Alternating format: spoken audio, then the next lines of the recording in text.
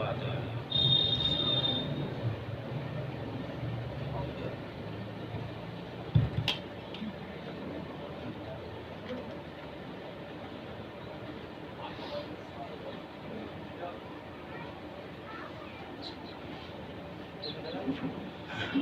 اعوذ باللہ السمیع العلیم من الشیطان الرجیم۔ حسبنا اللہ ونعم الوکیل، نعم المولا ونعم النصیر۔ بسم اللہ الرحمن الرحیم۔ الحمدللہ رب العالمین والعاقبۃ للمتقین، والصلاۃ والسلام علی رسول الامین ابی القاسم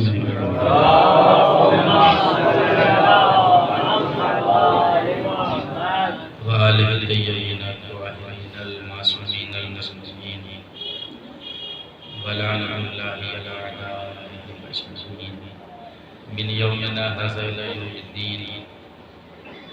اما بعد فقد قال اللہ فی کتابہ الکریم وخطابہ العظیم۔ بسم اللہ الرحمن الرحیم۔ ایاک نعبد و ایاک نستعین، اہدنا الصراط المستقیم۔ صلوات علی عصمت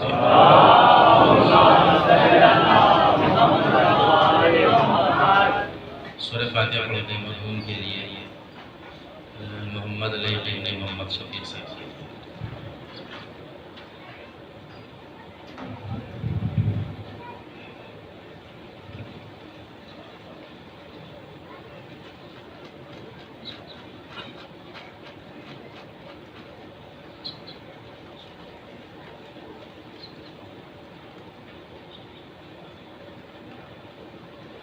سلوات پڑھیں بابا سے۔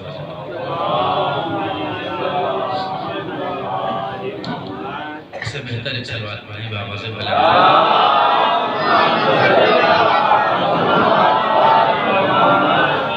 مجلس کا تعلق سال ثواب سے ہے، اسے سال ثواب کی مجلس کے لیے قرآن مجید کا پہلا سورہ ہے سورہ حمد۔ اس سورے کی آیت کی تلاوت کا شرف میں نے حاصل کیا۔ سورہ حمد قرآن مجید کا ایسا سورہ ہے کہ کسی بھی مکتب فکر کا مسلمان ہو جب نماز پڑھے گا تو اس سورے کی تلاوت کرے گا۔ اس سورے کو اللہ نے دو حصے میں تقسیم کیا ہے، ایک حصہ خود اللہ کے لیے ہے اور دوسرا حصہ جو ہے وہ بندوں کے لیے ہے۔ جہاں سے میں نے تلاوت کی ہے وہاں سے بندوں کا حصہ شروع ہوتا ہے کہ جب نماز پڑھنے والا نماز پڑھتا ہے تو اس طریقے سے خدا کی بارگاہ میں دعا کرتا ہے، اے میرے اللہ، میں تیری ہی عبادت کرتا ہوں اور اس سے ہی مدد چاہتا ہوں۔ آپ بعنوان پوچھا آئے ہیں، مرحوم کے حوالے سے بھی مولانا صاحب بیان فرما رہے تھے۔ اب توجہ دیں میرے بیان کی طرف، لوگ آتے رہیں گے، بیٹھتے رہیں گے، اٹھتے رہیں گے۔ اب تقریر شروع ہو گئی تو شروع ہو گئی، تقریر رکنے والی نہیں۔ اس سورے میں اللہ نے ہمیں مانگنے کا طریقہ بتایا ہے کہ جب ہم اللہ کی بارگاہ میں آئیں تو اللہ سے کیسے مانگیں، اللہ سے کیسے مطالبہ کریں۔ ہم تو اتنے ناسمجھ ہیں کہ اللہ سے مانگنا بھی نہیں جانتے تھے۔ یہ اللہ کا کرم ہے کہ اس نے ہمیں مانگنے کا سلیقہ بتایا۔ اور میں نے خود روایت میں دیکھا ہے، اور جو کہ یہاں میرے شیعہ سنی سارے بھائی تشریف فرما ہیں، میں سب کی توجہ چاہوں گا کہ اللہ ایسے نمازیوں کی نماز کو پسند نہیں کرتا جو نماز کو پڑھتے ہیں لیکن دعا نہیں مانگتے۔ غور فرمائیے گا، اللہ ایسے نمازیوں کی نماز کو پسند نہیں کرتا جو نماز کو پڑھتے ہیں لیکن دعا نہیں مانگتے۔ بہت جلدی میں تھے، نماز پڑھی، مصلی سمیٹا، اپنے گھر چلے گئے۔ یعنی اللہ کہہ رہا ہے، یعنی تم نے مجھے بندگی کے لائق کو سمجھا لیکن مانگنے کے لائق نہیں سمجھا۔ اب ٹھہر کے بزرگوں کی تائید چاہوں گا، جملہ کہہ دوں کہ اللہ کا مزاج دنیا والوں سے ہٹ کر ہے۔ یہ دنیا والے مانگنے پر ناراض ہوتے ہیں، اللہ نہ مانگنے پر ناراض ہوتا ہے۔ اس سے میرا جملہ سنبھالیے گا کہ اللہ کا مزاج دنیا والوں سے ہٹ کر ہے۔ یہ دنیا والے مانگنے پر ناراض ہوتے ہیں، اللہ نہ مانگنے پر ناراض ہوتا ہے۔ دیکھیے ہندوستان کے گوشے گوشے میں جانا ہوتا ہے ظاہری کے حوالے سے، ہندوستان کے باہر بھی کبھی کبھی جانا ہوتا ہے ظاہری کے حوالے سے۔ میں نے سماج اور معاشرے میں اکثر لوگوں کو یہ کہتے ہوئے سنا ہے کہ جو میں پڑھ رہا ہوں سب پڑھ کر میں مرحوم کی روح پاک کو ہدیہ دے رہا ہوں۔ مقصد ہے کچھ پڑھ کے مرحوم کی روح پاک کو ہدیہ دے رہا ہوں۔ کچھ ایسے بھی لوگ ہمیں ملے، کچھ ایسے بھی جوان ہمیں ملے شکوہ کرتے ہوئے کہ ہم اتنی دعائیں مانگتے ہیں، اللہ ہمیں دیتا ہی نہیں، اللہ ہماری سنتا ہی نہیں۔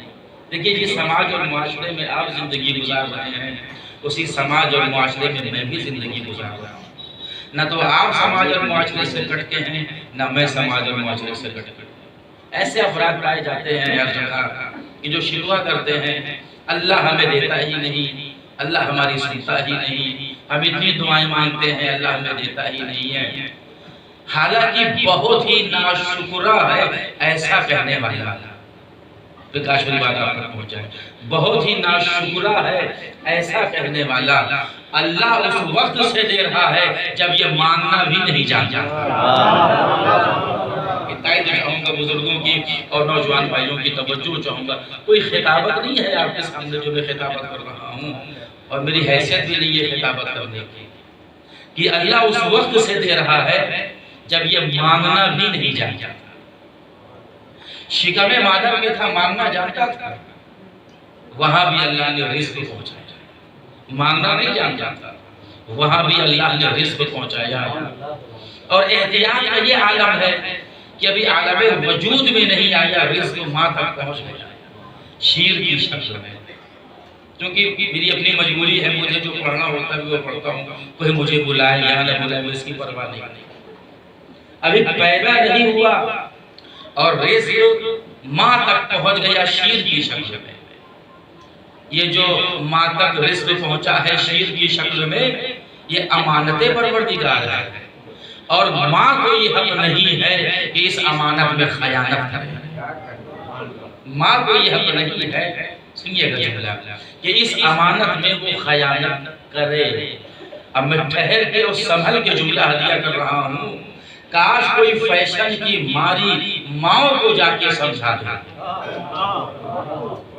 دیکھیے جملہ میں جو ہدیہ کر رہا ہوں کہ کاش کوئی فیشن کی ماری ماؤں کو جا کے سمجھا دے کہ تم تک جو رزق آیا ہے شیر کی شکل میں یہ امانت پروردگار ہے، اور تمہارے شیر میں اللہ نے بچے کے لیے عقل، شفا اور صحت رکھی ہے۔ تمہاری پوری ذمہ داری ہے کہ پوری امانت داری سے رزق بچے تک پہنچا جائے۔ اب ایک جملہ باب فضائل میں آ رہا ہے تو میں جملہ روکوں گا نہیں، شاید کہیں سے آپ کی تسکین ولا کے لیے بھی سامان ہو جائے۔ ماں کے شیر میں اتنی پاکیزگی ہوتی ہے، کبھی کبھی ماں کا شیر جیت جاتا ہے، باپ کا خون ہار جاتا ہے۔ اب جا کے تاریخ میں دیکھیے گا کہ ماں کے شیر میں اتنی پاکیزگی ہوتی ہے کہ ماں کا شیر جیت جاتا ہے اور باپ کا خون ہار جاتا ہے۔ اگر علی کسی کے بیٹے کو اپنا بیٹا کہیں تو باپ کے خون کی وجہ سے نہیں، ماں کے شیر کی وجہ سے۔ اب جا کے سوچئے گا، غور کریے گا، تو یہ مسئلہ ہے اس سورت میں کہ اللہ نے ہمیں مانگنے کا طریقہ بتایا ہے۔ اگر آپ توجہ دے رہے ہیں تو کچھ باتیں اور میں گزارش کروں آپ کے سامنے، اور آپ اس کو غور سے سنیں۔ جب انسان دنیا میں آتا ہے تو تین بنیادی چیزیں لے کے آتا ہے۔ پڑھے لکھے افراد میرے سامنے بیٹھے ہیں، محترم شخصیتیں میرے سامنے بیٹھی ہیں، مولانا صاحب تشریف فرمائیں، میں تشریف فرمائیں جو میری بات کی تائید کریں گے کہ جب انسان پیدا ہوتا ہے تو تین بنیادی چیزیں لے کر دنیا میں آتا ہے۔ وہ تین بنیادی چیزیں کیا ہیں؟ یہ میں بچوں کے لیے کہہ رہا ہوں، حضور مجھ سے بہتر جانتے ہیں۔ جیسے انسان پیدا ہوا، روح، جسم اور رشتہ لے کر آتا ہے۔ یہ تین بنیادی چیزیں انسان لے کر دنیا میں آتا ہے۔ ایک کا نام ہے روح، ایک کا نام ہے جسم اور ایک کا نام ہے رشتہ۔ جیسے ہی پیدا ہوا رشتوں کی بھیڑ بھاڑ ہے، ماں باپ دادا دادی نانا نانی وغیرہ وغیرہ۔ ایک ہے روح اور ایک ہے جسم۔ میں اپنے محترم مجمع سے ایک سوال کرتا ہوں، جواب میں خود دوں گا۔ سوال میں قائم کر رہا ہوں کہ ہم روح کی وجہ سے زندہ ہیں یا جسم کی وجہ سے؟ روح کی وجہ سے۔ جواب آیا روح کی وجہ سے۔ بے شک ہم جسم کی وجہ سے زندہ نہیں۔ دیکھیے میرے سامنے میرے شیعہ سنی دونوں بھائی بیٹھے ہوئے ہیں اور میں ان کی سماعتوں کی عدالت میں اندر جھولا رکھتا ہوں۔ ہم روح کی وجہ سے زندہ ہیں، جسم کی وجہ سے زندہ نہیں ہیں۔ کمال کیا ہے اس میں؟ کون سی بات میں کہنا چاہ رہا ہوں؟ اس میں کمال یہ ہے کہ جس جسم کی وجہ سے ہم زندہ نہیں ہیں وہ جسم دکھائی دیتا ہے، اور جس روح کی وجہ سے ہم زندہ ہیں وہ روح غیبت میں ہے، وہ روح دکھائی نہیں دیتی۔ پھر سے میرے جملے کو سنبھالیے اور پکڑیے کہ جس جسم کی وجہ سے ہم زندہ ہیں، زندہ نہیں ہیں، وہ جسم دکھائی دیتا ہے، اور جس روح کی وجہ سے ہم زندہ ہیں وہ روح نظر نہیں آتی۔ اب تو پورا عالم اسلام اس بات کو تسلیم کر لے کہ ہر حاضر کے وجود پر کسی غیب کا احسان ہوتا ہے۔ بھائی سلمان پڑھیں یا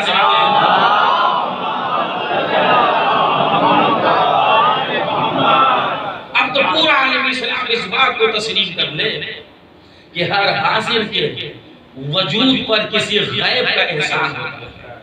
اب کہاں تک میری بات پہنچی مجھے نہیں پتا۔ انسان کے اندر جتنے بھی کمالات پائے جاتے ہیں تو تین جملے سن لیجئے۔ کسی خاص موضوع پر میں مجلس نہیں پڑھنا چاہتا، نہ کوئی میں موضوع بنانا چاہتا ہوں، بس مقصد ہے کہ مرحوم کے روح پاک کو ہدیہ کر دیا جائے۔ غور فرمائیے گا انسان، اب لفظ انسان ہی آگے، حالانکہ میں کچھ اور پڑھنا چاہتا تھا مگر بات آگے سنتے جائیے۔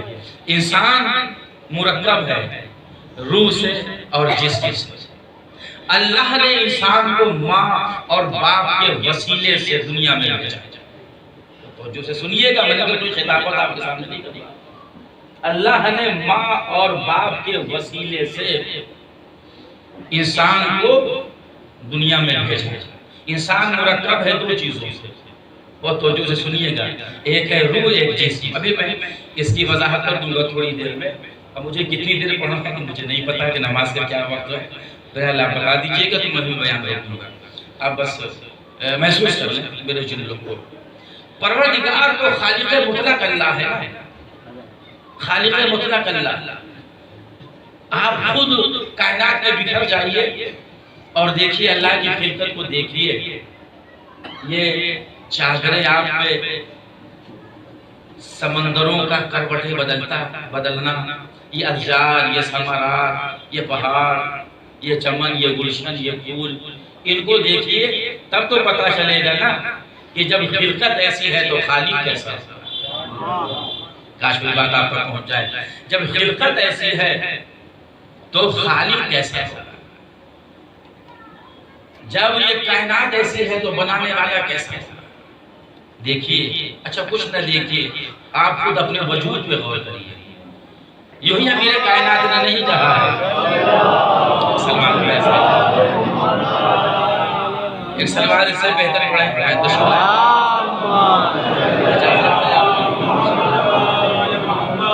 آپ اپنے وجود پہ غور کریے کہ آپ کو اللہ نے بنایا کیسے۔ خود آپ اپنے وجود پہ غور کریے کہ آپ کو اللہ نے بنایا کیسے۔ اسی لیے میرے کائنات نے فرمایا کہ جس نے اپنے آپ کو پہچان لیا اس نے اپنے خدا کو پہچان لیا۔ اپنے آپ کو انسان پہچانے پہلے آپ کسی مصور سے کہیے، تصویر بنانے والے سے کہ بھیا تصویر بنا کے ہمیں دے دیجیے، تو وہ بہت ہی خوبصورت سی تصویر آپ کو بنا کے دے دے گا۔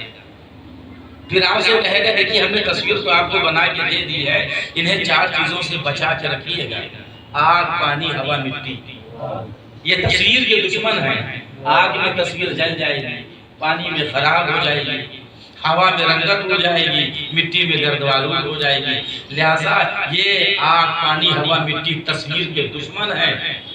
ان سے تصویر کو بچا کے رکھیے گا۔ اب ذرا اللہ کی کمال ثنائی کو دیکھیے، جو چیز تصویر کے دشمن تھے انہیں تو اکٹھا کر کے انسان بنا دیا۔ کاش میری بات آپ تک پہنچ جاتی کہ میں فلسفے کی زبان میں آپ سے گفتگو نہیں کرنا چاہتا ورنہ بات بہت دور تک نکل جائے گی۔ پھر آپ مصور سے کہیے کہ ایک تصویر ہمیں بنائیے اندھیرے میں، تو کہے گا کہ اندھیرے میں نہیں بنا پائیں گے، لائٹ میں بنائیں گے، روشنی میں بنائیں گے۔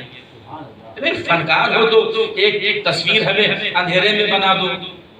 اچھا آپ ضد کر رہے ہیں تو ہم بنا دیں گے، اندھیرے میں فنکار ہیں، لیکن عدالت کے ساتھ نہ بنا پائیں گے۔ جو چیز جہاں پہ رکھنا چاہیے وہاں پہ نہ رکھ پائیں گے، بنا تو دیں گے اندھیرے میں، لیکن عدالت کے ساتھ نہ بنا پائیں گے۔ ذرا اللہ کی کمال ثنائی تو دیکھیے، سورہ انفطار میں کہتا ہے، 30ویں پارے کا سورہ ہے، بسم اللہ الرحمن الرحیم، یا ایھا الانسان ما غرک بربک الکریم الذی خلقک فسواک فعدلک۔ اے انسان کس لیے غرور کر رہا ہے؟ اللہ نے تجھے عدالت کے ساتھ بنایا ہے۔ کاش میری بات آپ کو پہنچ جائے۔ اللہ نے تجھے عدالت کے ساتھ بنایا ہے اور لائٹ میں نہیں بنایا ہے، اندھیرے میں بنایا ہے۔ یہ بات میں نہیں پہنچا سکا، پھر سے پہنچانے کی کوشش کر رہا ہوں۔ میں نے تجھے عدالت کے ساتھ بنایا ہے، روشنی میں نہیں بنایا ہے، اندھیرے میں بنایا ہے، عدالت کے ساتھ بنایا ہے۔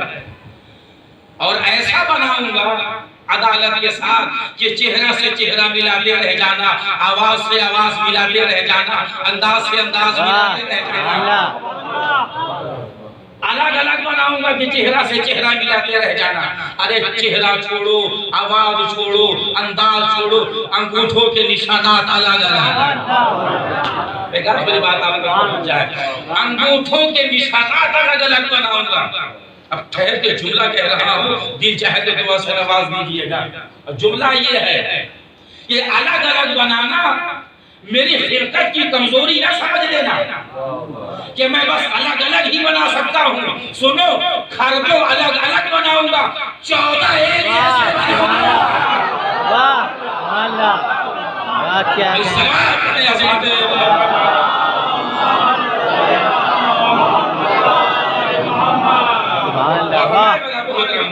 یہ الگ الگ بنانا تو میری خلقت کی کمزوری نہ سمجھ لینا کہ میں بس الگ الگ ہی بنا سکتا ہوں۔ گھر کو الگ الگ بناؤں گا، 14 ایک جیسے بناؤں گا، آواز ایک، انداز ایک، لہجہ ایک، رفتار ایک، گفتار ایک۔ بستر ہوگا محمد کا، سوئے علی۔ بھائی سلوات کریں عظمت محمد والے۔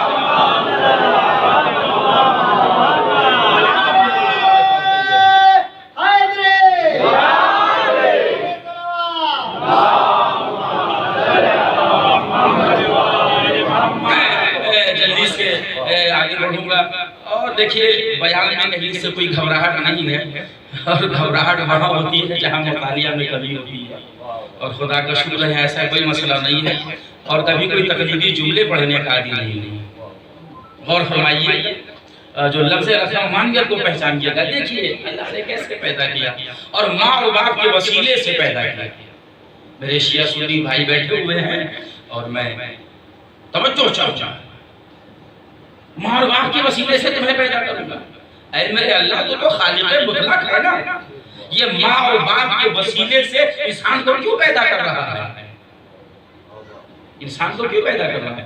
کن فیکن، تو کہتا جاتا انسان بنتے جاتے، ذرات سے بنا دیتا، مٹی سے انسان بنا دیتا، تو خالق مطلق اللہ ہے نا، یہ ماں اور باپ کے وسیلے سے انسان کو کیوں پیدا کر رہا ہے؟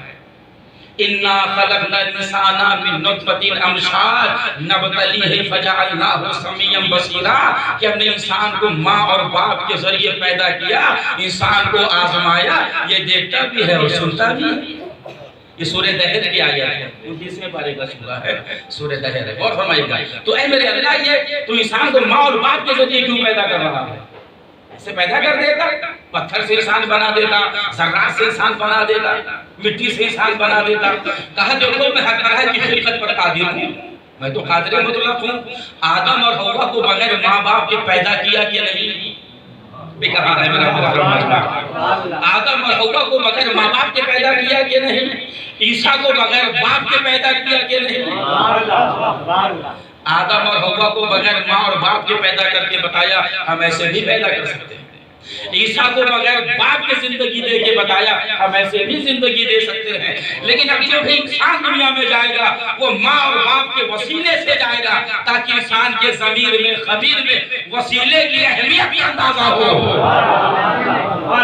کہ میں خالق مطلق اللہ جب اپنی بارگاہ سے دنیا میں بھیجتا ہوں تو وسیلے سے بھیجتا ہوں، تو کیا تم دنیا سے جنت تک بغیر وسیلے کے کیا کہنا بھئی سلوات پڑھتے ہیں صلی اللہ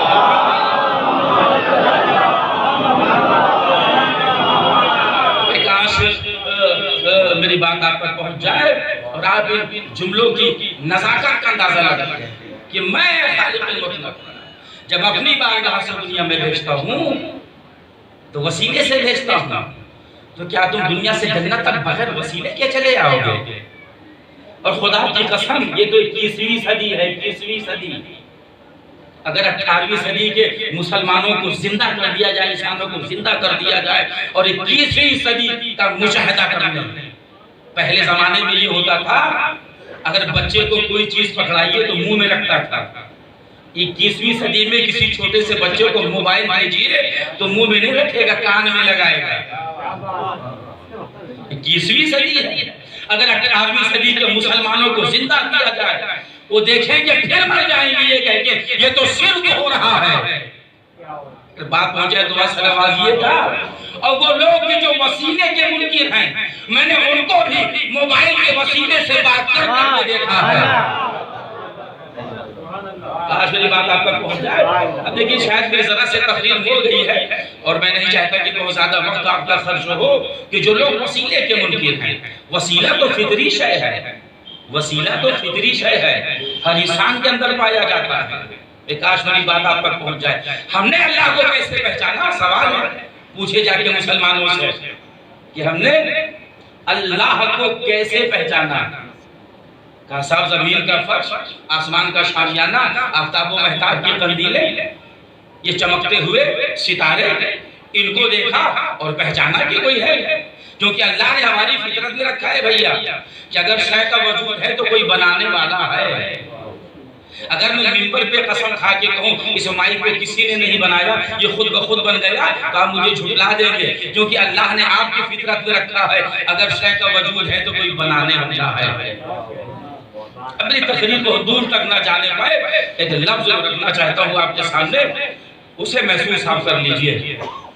ہم اور آپ جب نماز پڑھتے ہیں تو سورہ توحید پڑھتے ہیں کہ نہیں؟ دوسری رکعت میں آپ ذرا سورہ توحید پڑھیے، اور بات فلسفیانہ نہ ہونے پائے، میں تو آسان اردو میں پڑھنے کا عادی ہوں اور مولانا حضرت تشریف فرما ہے جو میری بات کی تائید کریں گے۔ پڑھیے سورہ توحید۔ قل هو اللہ احد اللہ الصمد لم یلد ولم یولد ولم یکن لہ کفوا احد۔ پیغمبر آپ کہیے کہ میں احد ہوں، ہر شے سے بے نیاز ہوں، نہ میرا کوئی باپ ہے، نہ میرا کوئی بیٹا، نہ میرا کوئی ہمسر۔ قل هو اللہ احد، لفظ قل سمجھتے ہیں یہ کیا ہے؟ یہ صیغہ امر ہے۔ پیغمبر آپ کہیے کہ میں احد ہوں۔ کاش میری بات آپ پر پہنچ جائے۔ میں نے کہا بات فلسفیانہ نہ ہونے پائے ورنہ میرے چھوٹے بھائی اس کو محسوس نہ کر پائیں گے، میں آسان لفظوں میں گفتگو کر رہا ہوں آپ کے سامنے۔ هو اللہ احد سے لے کر آخری آیت تک متن توحید ہے، اور متن توحید کی پیشانی پر جو لفظ قل چمک رہا ہے یہ اعتبار توحید ہے۔ میں تائید چاہوں گا آپ کے، اور کچھ مضبوط لوگ یہاں پہ بیٹھے ہوئے ہیں تو بھروسہ کرتے ہوئے هو اللہ احد سے لے کر آخری آیت تک یہ متن توحید ہے، اور متن توحید کی پیشانی پر جو لفظ قل چمک رہا ہے یہ اعتبار توحید ہے۔ مطلب کیا ہوا؟ پیغمبر آپ کہیے، یعنی اللہ ذات مصطفیٰ صلی اللہ علیہ وآلہ وسلم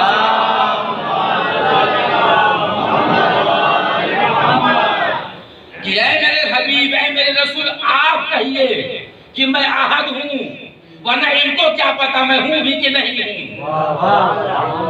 میرے حبیب آپ سمجھائیے کہ میں احد ہوں، ورنہ انہیں کیا پتا، انہیں کیا پتا کہ میں ہوں بھی کہ نہیں ہوں، ایک ہوں کہ دو ہوں، پتا چلا اعتبار توحید سے پہلے اعتبار رسالت ضروری ہے. جسے نبی کی رسالت ہی نہیں سمجھو وہ کیا توحید ہی سمجھے گا. ایک آج والی بات آپ کو بہت چاہے یہ کہہ کے گزر جانا بہت آسان ہے کہ حضور پاک ہم جیسے تھے. یہ کہہ کے گزر جانا بہت آسان ہے. خدا کے بعد جو ذات واجب الاحترام ہے وہ ذات مصطفیٰ صلی اللہ علیہ وسلم ہے. کاش میری بات آپ پر پہنچ جائے کہ جتنا ہم کلمہ پڑھتے ہیں خدا کے بعد وہ ذات واجب الاحترام ہے. میں واجب الاحترام کہہ رہا ہوں. وہ ہمارے نبی کی ذات ہے. حسن اول ہے، عقل اول ہے، خلق اول ہے، تصویر اول ہے، تنزیل اول ہے، لوح اول ہے، قلم اول ہے. سب سے زیادہ واجب الاحترام جو ذات ہے وہ ذات حضور پاک ہے. میں بار بار نام نہیں لے سکتا حضور پاک کا ورنہ صلوات پڑھنا ضروری ہو جائے گا. تو میں حضور پاک ہی کہہ رہا ہوں. اس سے سب مانوس ہے حضور کی ذات. اور اللہ حضور سے کہہ رہا ہے کہو میں آج ہوں. اور آج عالم اسلام کی بے کسی تو دیکھیے یہ کہہ کے گزر جاتے ہیں کہ وہ تو ہم جیسے، آپ جیسے، ہاں ہمارے جیسے. اگر حضور پاک آپ جیسے ہیں تو کوئی انہیں نبی نہیں مانے گا کیونکہ زمانے کو پتا ہے کہ آپ کیسے ہیں. بھئی کہاشوری بات آپ پر پہنچ جائے. اور ماشاءاللہ مولائی مجمع ہے تو یہ جملہ میں کہہ کے آگے بڑھ رہا ہوں. اگر حضور آپ جیسے تو کون نبی ماننے گا؟ زمانے کو پتا ہے کہ آپ کیسے ہیں. بھئی کہاشوری بات آپ پر پہنچ جائے. اور ایک لفظ رکھنا چاہتا ہوں اور سوچئے کہ گھر میں جا کے حضور پاک کے دو بڑے معجزے ہیں، ایک قرآن اور ایک اہل بیت.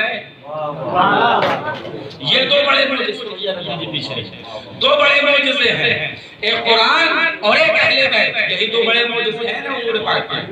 اب آپ کی تسکین ویلا کے لیے صلوات پڑھے بھی میں جملہ دیا کرتا ہوں. حضور پاک کے دو بڑے معجزے ہیں، ایک قرآن اور ایک اہل بیت. آپ پوچھیں گے دلیل کیا ہے؟ آج تک نہ کوئی قرآن کا جواب لا سکا، آج تک نہ کوئی اہل بیت کا جواب لا سکا. یہی تو دو بڑے معجزے ہیں، قرآن اور اہل بیت. نہ آج تک کوئی قرآن کا جواب لا سکا، نہ آج تک کوئی اہل بیت کا جواب لا سکا. اب میرا جملہ سنبھال لیجئے گا، میں اپنی مرضی سے نہیں کہہ رہا ہوں. ابن حجر مکی نے سوات محرقہ میں لکھا. اہل سنت کے بہت بڑے عالم ہے ابن حجر مکی، کتاب کا نام ہے سوات محرقہ، جا کے دیکھیے گا. اس میں لکھا کہ عرب کی عورتیں عاجز آ گئی، علی جیسا بیٹا نہ پیدا کر سکی. یہ دو بڑے معجزے ہیں. دیکھیے پھر بھی تقریر ہو جائے گی. اور پھر دیکھیے قبلہ تشریف فرما ہے، سمجھے کہ ذات مصطفیٰ کیا کیا. صاحب وہ ہمارے جیسے، آپ کے جیسے کیسے. وہ ہماری طرح کھاتے تھے، ہماری طرح دیکھتے تھے، ہماری طرح سوتے تھے، ہماری طرح جاگتے تھے، ہمارے جیسے. یہ لباس بشر میں حضور پاک کا آنا، اہل بیت کا آنا ان کی مجبوری نہیں ہے، ہماری کمزوری ہے. تو سمجھیے گا ذرا. اور پھر میں بیان کے آخری مرحلے تک لے جاتا ہوں. اگر یہ لباس نور میں آ گئے ہوتے تو پورا عرب پہلے دن ہی جل کے راہ ہو جاتا. لباس بشر میں اس لیے آئے ہیں رسول اور آل رسول تاکہ ہم اسے ہدایت حاصل کر سکیں، ہم اسے دین کی باتیں سیکھ سکیں، ہم اسے نماز، روزہ، حج، زکوٰۃ، خمس اس کے بارے میں جان سکیں. اس لیے آئے ہیں. یہ نوری مخلوق. ایک آج میری بات آپ تک پہنچائیں. لباس بشر میں آئے ہیں یہ ہماری ہدایت کے لیے، ہمیں اللہ تک پہنچانے کے لیے کہ ہم اللہ کو پہچانے. اس بنیاد پر رسول اور آل رسول دنیا میں آل رسول لباس بشر میں آئے ہیں. انہیں کوئی پتھر مارے گا تو درد ہوگا، کاٹا چبھے گا انہیں بھی تکلیف ہوگی، کھانا نہ کھانے کی وجہ سے وہ بھی کمزور ہوں گے. لیکن یہ بشری کمزوری ہے. جب یہ قوت نور دکھاتے ہیں تب ڈونگلی میں خیبر کا دروازہ اٹھا لیتے ہیں. سمجھئے گا نوجوان بھائیوں، بزرگ میرے کبھی مخاطب نہیں رہے، وہ مجھ سے بہتر جانتے ہیں کہ جب یہ قوت نور دکھاتے ہیں تب ڈونگلی سے خیبر کا دروازہ اٹھا لیتے ہیں. پھر میں بات نہیں پہنچا سکا نوجوان بھائیوں پھر میں بات کو پہنچانے کی کوشش کر رہا ہوں. ادھر دیکھیں میری طرف, اگر خنجر سے امام حسین کا گلا نہ کٹتا تب تو زمانہ کہتا ہے نا ارے یہ نوری مخلوق ہے, نور پہ خنجر کہاں چل سکتا ہے. نہیں, لباس بشر میں آئے تھے تو تقاضائے بشریت تھا کہ خنجر چلے تو گلا کٹے. تقاضائے بشریت تھا کہ خنجر چلے تو گلا کٹے. لیکن جب سر و تن میں جدائی ہو جائے گی اور سروں کے نیزہ بڑھائے گا تو تقاضائے بیانیت تھا حسین قرآن کی تلاوت کر کے بتا دے کہ بشریت کا گلا کاٹا ہے, نورانیت کا گلا نہیں. سلوات پڑھیں عظمت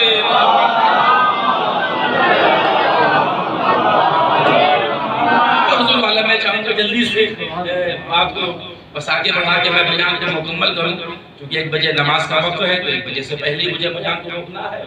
اس لیے کہ نماز کی بڑی فضیلت ہے اور نماز کی بڑی اہمیت ہے. قرآن مجید میں آیت ہے یا ایھا الذین آمنوا استعینوا بالصبر والصلاۃ ان اللہ مع الصابرین. اے صاحبان ایمان, مدد مانگو نماز سے اور صبر سے. اب یہاں پر بھی وسیلہ آ گیا ہے. دیکھیے آیت میں اس ہے کہ وسیلہ آ گیا کہ مدد مانگو نماز سے اور صبر سے. یہ جو کہا جائے بس اللہ سے مانگو, اللہ کہہ رہا ہے کہ نماز سے مدد مانگو. پتہ چلا مدد مانگنا جو ہے وہ شرک نہیں ہے. اب میرے پاس وقت نہیں کہ میں وضاحت کروں. اے صاحبان ایمان, مدد مانگو نماز سے اور صبر سے. اور صاحبان ایمان کو اللہ مخاطب کر رہا ہے. اچھا ہماری بد نصیبی کیا ہے, جب ہم پر کوئی مصیبت آتی ہے تو نماز ہی کو مصیبت سمجھ لیتے ہیں. یہی تو پریشانی ہے نا ہمارے یہاں سمجھ اور معاشرے میں. ارے ہمارے کاروبار میں گھاٹا ہو گیا اور آپ کو نماز کی لگی ہوئی ہے.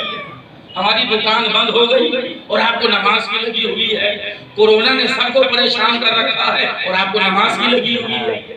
ہمارا لڑکا بیمار ہے, آپ کو نماز کی لگی ہوئی ہے. ہمارے ابا بیمار ہیں, آپ کو نماز کی لگی ہوئی ہے. اس ناسمجھے کو کون سمجھائے کہ نماز مصیبت نہیں ہے, مصیبت میں مددگار ہے. نہیں, میں بات پہنچا ہی نہیں سکا اور پہنچائے بغیر آگے نہیں بڑھوں کہ نماز مصیبت نہیں ہے, مصیبتوں میں مددگار ہے نماز. محفوظ کر لیجئے میرے جملے اور بہت آپ کے کام آئیں گے. نماز مصیبت نہیں ہے, مصیبت میں مددگار ہے. اگر نماز مصیبتوں میں مددگار نہیں ہے تو آپ ہمیں نماز وحشت کا فلسفہ سمجھائیے. ایک آخری بات آپ تک پہنچ جائے, آپ ہمیں نماز وحشت کا فلسفہ سمجھائیے.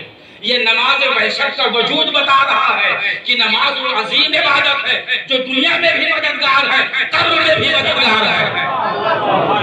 ایک آخری بات آپ تک پہنچ جائے. دیکھیں جلدی سے اس بات کو پورا کر کے آگے بڑھوں. بھائی لفظ رکھنا مانگے تو آپ پہچانیے گا.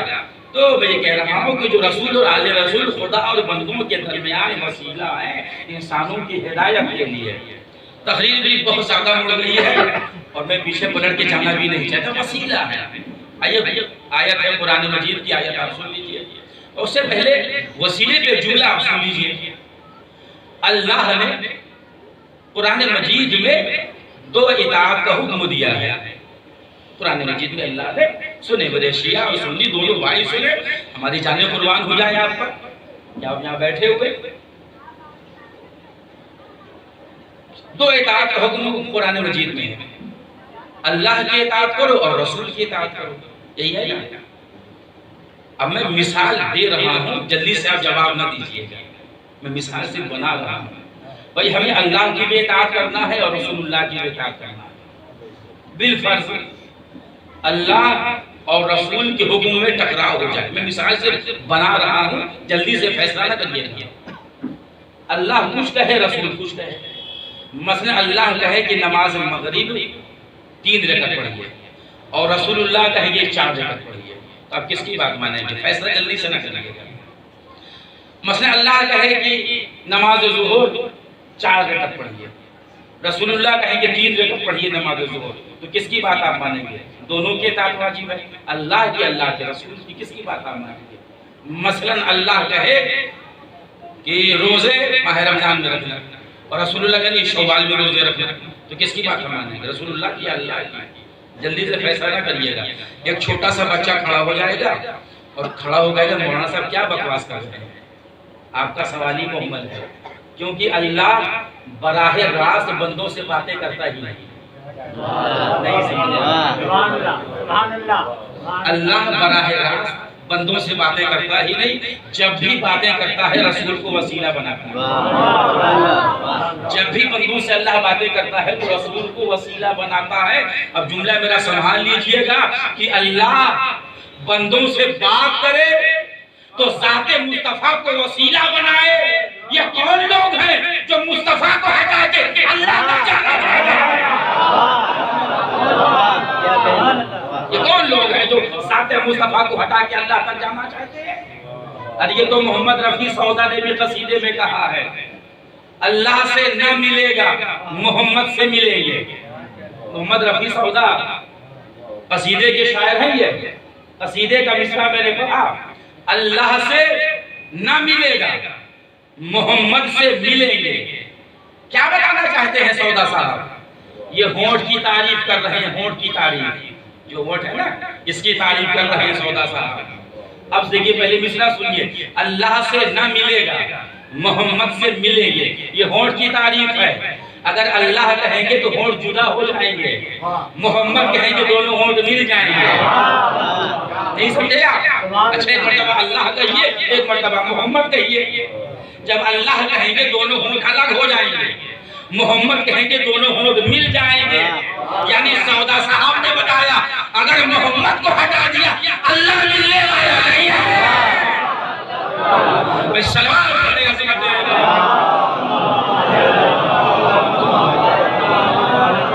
میں زیادہ آپ کو زحمت سماعت نہیں دینا ہے، میرا وقت بھی مکمل ہو رہا ہے۔ بس آیت میں پڑھتا ہوں، اس کی شرح کر دوں۔ صاحبان ویلا کا مجمع ہے سامنے موجود ہے اب آپ کی تسکین ویلا کے لیے، اور وہ آیت یہ ہے قرآن مجید کی، اسی وسیلے کے حوالے سے، ان اللہ یرزق من یشاء بغیر حساب، اللہ جسے چاہتا ہے بے حساب رزق دیتا ہے۔ اور یہ جو آیت ہے نا، آپ دیکھیں دکان میں مکان میں اس کا نقش بھی لوگ لگاتے ہیں خیر و برکت کے لیے کہ اللہ رزق میں برکت دے۔ اللہ جسے چاہتا ہے بے حساب رزق دیتا ہے۔ کون ہے جو بتائے کہ اللہ بے حساب رزق دیتا ہے؟ قرآن کی آیت ہے، کوئی نہیں بتا سکتا۔ پھر کہا وہی بتائیں گے کہ جنہوں نے بتایا کہ اللہ بے حساب رزق دیتا ہے۔ کیسے دیتا ہے؟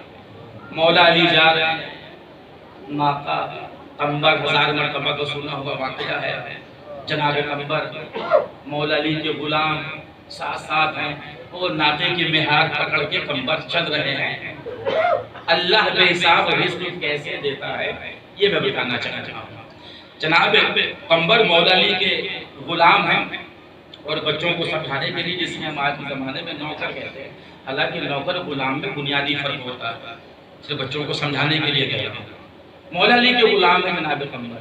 ایک جملہ مولا علی کا ہے جناب قمبر کے لیے، اور وہ جملہ آپ سن لیجئے، پھر میں بیان کے آخری مرحلے سے مولا جناب قمبر سے کہتے ہیں کہ اے قمبر، تو نے اپنا نفس میرے حوالے کی، میں نے تجھے اپنا جیسا بنا دیا۔ آپ نے غور نہیں فرمایا؟ اے قمبر، تو نے اپنا نفس میرے حوالے کیا، میں نے تجھے اپنا جیسا بنا دیا۔ پتہ چلا اگر کوئی اپنا نفس کسی کے حوالے کر دے تو نفس لینے والا اسے اپنا جیسا بنا دے۔ کہا تو میری بات کو جو نہیں مجھے نہیں پتا۔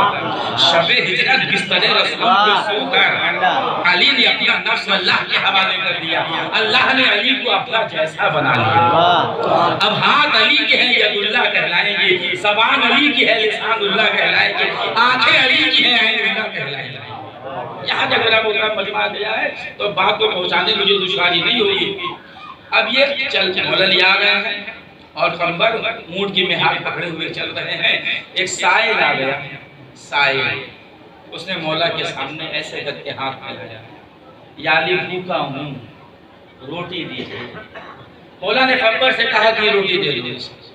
تو جناب قمبر نے کہا کہ مولا روٹی تو دسترخوان میں ہے۔ کہا میں دسترخوان کے دے دوں۔ کہا دسترخوان تو ناقے پر ہے۔ کہا میں ناقہ کے دے دوں۔ کہا ناقہ تو ناقے کی قطار میں ہے۔ کہا میں قطار کے دے دوں۔ اللہ بے حساب رزق رزق کیسے دیتا ہے. یعنی آپ نہیں سمجھ رہے کیا کہہ رہا ہوں. اللہ کا حساب رزق کیسے دیتا ہے. جیسے مولا نے کہا کہ میں قطار کی دے دوں، یہ تو آپ کا سنا ہوا واقعہ ہے، اور سنی سنائی بات میں سنانے کا عادل نہیں. تو تجزیہ مجھ سے بھی سن لیجئے. جیسے مولا نے کہا کہ میں ناقے کی قطار کی بھی قطار کی ریٹ ہی مکمل نہ ہوئی کہ قمبر نے اونٹ کی مہار چھوڑ دی. قمبر اجلت سے کام کیوں لے رہا ہے؟ کہا دیکھتے نہیں بہر سخاوت جوش میں ہے، کہیں علی یہ نہ کہہ دے کہ میں قمبر کے لیے. یہ تو آپ کا سنا ہوا جملہ ہے اور آپ نے محسوس بھی کر لیا. دیکھیں میں نے ابھی کیا کہا کہ مولا علی کے غلام ہیں اور میں نے وہ قول آپ کو سنایا ہے. دوسرا جملہ بھی آپ توجہ سے سن لیجئے. قمبر اتنی اجلت سے کام کیوں لے رہا ہے؟ یہ مہار چھوڑنے میں اتنی جلدی کیوں کی؟ کہا تم نے سنا نہیں مولا نے کیا کہا؟ میں قطار کے دے دو.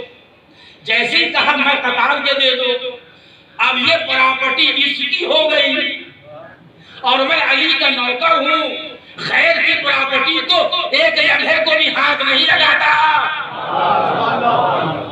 بھئی سوچئے گا، غور کریے گا، اب میرا بیان مکمل ہو گیا. میں علی کا غلام ہوں، کسی خیر کی چیز کو ایک لمحے کے لیے میں ہاتھ نہیں لگاتا. اچھا وہ تو لے کے چلا گیا، بس بیان مکمل ہو گیا، یہیں سے مسائل پڑھ دوں گا.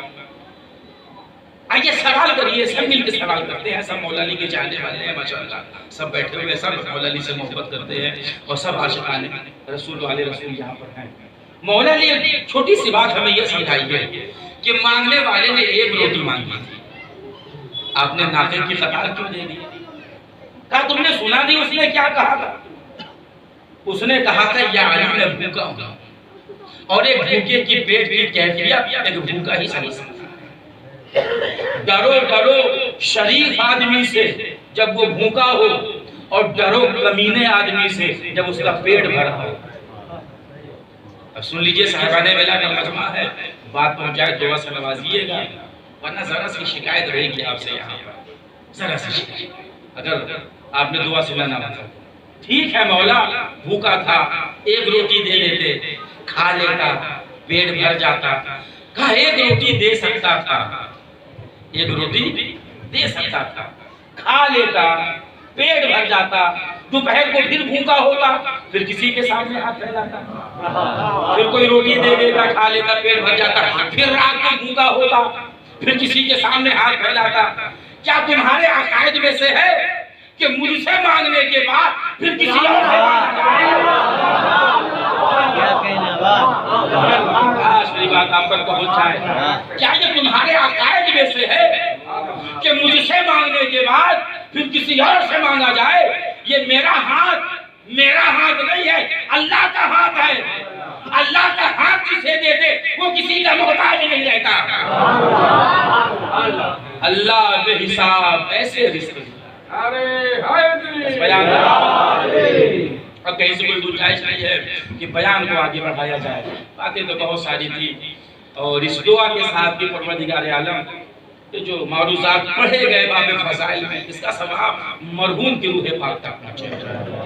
ایک مرد مومن کی سال ثواب کی مجلس ہے اور اتنا بڑا مجمع آیا ہے، بعنوان غصہ آیا ہے. اب تو مرحوم کے گھر والوں بچوں کا دل مطمئن ہو گیا ہوگا نا کہ باپ کا سایہ سر سے اٹھا، لیکن ہم راہ غم میں اکیلے تو نہیں ہیں. کتنے لوگ آئے بعنوان غصہ. یہ غالباً 40ویں کی مجلس ہے، اور سب سے دردناک منظر اس وقت کا ہوتا ہے جب بھرے گھر سے جنازہ نکلنے لگے. بس میں مسائل کر رہا ہوں، نہیں سے مسائل. جب بھرے گھر سے جنازہ نکلنے لگتا ہے، اس سے دردناک منظر نہیں ہوتا. بیٹے الگ تڑپتے ہیں، بیٹی الگ تڑپتی ہے، اور چاہنے والے رشتے دار سمجھاتے ہیں، بیٹے کو گلے سے لگاتے ہیں.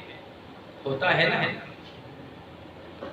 اب تو یہ 40ویں کی مجلس ہے. آج تو مرحوم کے گھر والے مطمئن ہو گئے ہوں گے کہ جس دن مرحوم کا انتقال ہوا تو بڑے شان سے جنازہ اٹھا. بچوں کو دلاسا دیا گیا، بیٹی کو دلاسا دیا گیا، گھر والوں کو پرسہ دیا گیا. کاش کوئی سید سجاد کے کلیجے سے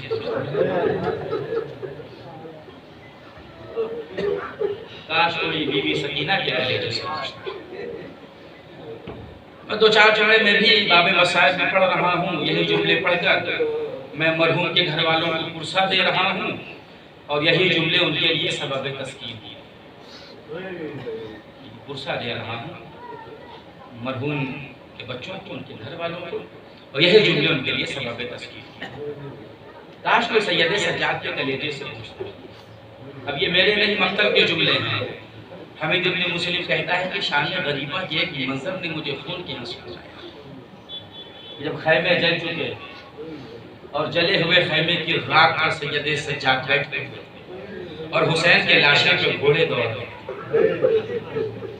انتظار کر رہے تھے کہ کاش کوئی تو آ کے کہہ دے یہ رسول کے نواسے کا لاشا ہے، اسے پامال مت کرو۔ ابھی آپ مولانا صاحب سے سن رہے تھے کہ بیٹی تڑپ تڑپ کے رو رہی ہے۔ ہاں فطرت میں ہے، فطرت میں ہے، یہ فطرت میں ہے کہ بیٹے ماں سے بہت محبت کرتے ہیں اور بیٹیاں باپ کو بہت چاہتی ہیں، یہ اللہ نے فطرت میں رکھا ہے۔ آپ نے امام حسین کی رخصتی میں سنا ہوگا، جب امام حسین گھوڑے پہ سوار ہوئے تو گھوڑے کے قدموں سے 4 برس کی حسین کی بیٹی سکینہ لپٹی ہوئی تھی اور لپٹ کے کہہ رہی تھی نیند آئے گی جب آپ یہ بھی پاؤں گی بابا، میں رات کو مقتل میں چلی آؤں گی۔ تو جانتے امام حسین نے کیا کہا تھا؟ سکینہ جا میری بیٹی، آج سے یتیموں کی طرح زندگی گزارنا سیکھو۔ بیٹی نے پوچھا بابا یتیم کسے کہتے ہیں؟ 4 برس کی بیٹی نے 57 برس کے بوڑھے باپ سے پوچھا کہ بابا یتیم کسے کہتے ہیں؟ کیا جواب دیتے امام حسین؟ بس اتنا کہہ کے آگے بڑھ گئے سکینہ، جب کانوں سے بندے چھینے جائیں، جب وصال کے تماچے مارے جائیں، جب دامن میں آگ لگ جائے تو سمجھ لینا کہ میں یتیم ہوں۔ یہ محبت ہے نا باپ اور بیٹی۔ رسول لیجیے مجھے اجازت دیجیے، اب میں 11 محرم کو مقتل کا منظر آپ کو دکھاتا ہوں۔ حسین کا لاشا جو غسل و کفن جلتی زمین پہ پڑا، بیٹے نے بھی دیکھا باپ کا لاشا تو شکوہ کیا بیٹے نے، بابا جس کا جوان بیٹا موجود ہو کیا اس کے باپ کا لاشا ایسے ہی پڑا ہوتا ہے؟ زینب نے دلاسا دیا نا، مقتل پہ سنا کرتے ہیں، تھوڑی دیر میں مقتل کا منظر بدل گیا۔ عجب محبت ہے باپ اور بیٹی کی محبت، عجب محبت ہے باپ اور بیٹی کی محبت۔ مقتل کا منظر بدل گیا۔ جب قافلہ جانے لگا تو 4 برس کی بیٹی باپ کے لاشے پر آ کر بیٹھ گئی۔ اب آپ دیکھیں اور مجلس مکمل ہے، شمر و تازیانہ لے کر آیا، کہا سکینہ یہاں کیوں بیٹھی ہو؟ کہا کہ اتنا رحم کر دو کہ مجھے بابا کے لاشے پہ، کہا قافلہ تو جا رہا ہے، بابا کے لاشے پہ کہ کیا کہاں سرفاز لاؤں کہ درد کی ترجمہ نہیں کر سکتا، کیا کرو گے؟ کہا کچھ نہیں کرنا، جب یہ لشکر چلا جائے گا، جب یہ قافلہ چلا جائے گا تو میں فرات کے کنارے جاؤں گی، چلو میں پانی لے کر آؤں گی اور بابا کی کٹی ہوئی گردن بیٹھ دوں گی۔ میرا بابا بہت پیاسا ہے، دیکھتے نہیں میرے بابا کا لاشا دھوپ میں پڑا ہے، میں صحرا میں بکھر جاؤں گی، پتے چن کے لاؤں گی، بابا کے جسم پہ سایہ کروں گی۔ ارے شمر نے تازیانہ مارا، سکینہ نے کہا بابا خدا حافظ۔ اللہ آپ کی آوازوں میں رحمت نازل کرے، اللہ آپ کی آنکھوں میں رحمت نازل کرے۔ مرحوم یہ سال ثواب کی مجلس ہے، دنیا سے چلے گئے، انتقال ہو گیا۔ ہاں کوئی ماں کے کلیجے سے پوچھے کہ بیٹے کی محبت کیا ہوتی ہے، بس ایک احساس اور سن لے اور مجھے اجازت دے، اور وہ احساس یہ ہے کہ سب سے اہم رشتہ جو ہوتا ہے وہ ہوتا ہے رشتہ زوجیہ۔ بس ایک دو جملے مصاحب کے اور مجلس مکمل۔ سب سے اہم رشتہ جو ہوتا ہے نا وہ ہوتا ہے رشتہ زوجیہ، بہت اہم رشتہ ہوتا ہے اور بہت نازک رشتہ ہوتا ہے۔ ابھی آپ نے مولا کا چہرہ منایا، جب اہل حرم کا یہ قافلہ کربلا سے مدینہ جانے لگا اور بیویاں عواری پہ بیٹھنے لگی تو فضا آئی اور آ کے کہنے لگی بی بی زینب رباب قبر حسین پر بیٹھی ہے۔ جب مجلس مکمل ہو گئی، ہاں مرحوم کی اہلیہ بھی مجلس سن رہی ہیں، یقیناً شوہر کا سایہ سر سے اڑ گیا، بڑا صدمہ ہے، لیکن خدا رکھے بیٹے ہیں بیٹی ہے، ان کا چہرہ دیکھتی رہے گی، زندگی بسر ہو جائے گی، کاش کوئی رباب کے قریب جزاک اللہ خیرا جزاک۔ بس یہ آخری جملہ ہے جیسے فضا نے آگے کہا رباب قبر حسین پر بیٹھی ہے، ارے زینب آئی ہلکے سے تھپکی دی، کہا رباب قافلہ مدینہ جا رہا ہے، مدینہ چلو، تو تڑپ کے کہنے لگی شہزادی زینب آپ مظلومہ ہیں، آپ کا بھائی حسین مار ڈالا گیا، آپ کا اکبر مار ڈالا گیا، آپ کے اولو محمد مار ڈالے گئے، لیکن اے بی بی جب آپ مدینہ جائیں گی وہاں آپ کے شوہر عبداللہ ملیں گے، اے بی بی بتاؤ میرا مدینے میں کون ہے؟ یہ میرے والد و وارث کی قبر ہے، وہ میرے بیٹے اصغر کی قبر ہے۔ ارے سوچا تھا سکینہ کے سہارے زندگی گزاروں گی، اسے بھی قید شام میں چھوڑ آئی، اے بی بی میرا مدینے میں کون ہے؟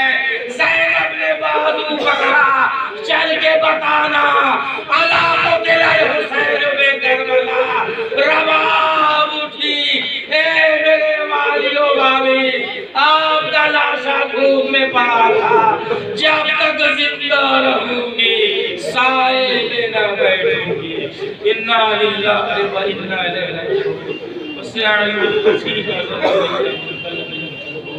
پروردگار شہدائے کربلا کا واسطہ اس مختصر سے باتوں کو قبول کرو، پروردگار شہدائے کربلا کا واسطہ رسول کا واسطہ جو بیمار ہوئے شفا خانی عطا فرما، پروردگار جہاں جہاں عاشقان رسول والے رسول موجود ہیں ان کی جان مال عزت آبرو کی حفاظت فرما، انہیں ہر طرح کی وبا ہر طرح کے مرض سے محفوظ فرما، پروردگار مسلمانوں میں پیار محبت اتحاد قائم کرے، پروردگار واسطہ ہے شہدائے کربلا کا، چہردہ معصومین کا، بی بی سکینہ کا واسطہ ہے، شہزادی رباب کا واسطہ ہے، مرحوم کے درجات کو بلند فرما، مرحوم کی مغفرت فرما، مرحوم کی طرف سے ہونے والے تمامی کار خیر کو قبول فرما، اس مجلس کا ثواب مرحوم کی روح پاک کرے، مرحوم کے بچوں کو، گھر والوں کو، خاندان والوں کو اس عظیم مصیبت کے صبر جمیل فرما، مرحوم کو جوار معصومین میں جگہ عنایت فرما، پروردگار ہمیں زندہ رکھنا تو محبت اہل بیت پر،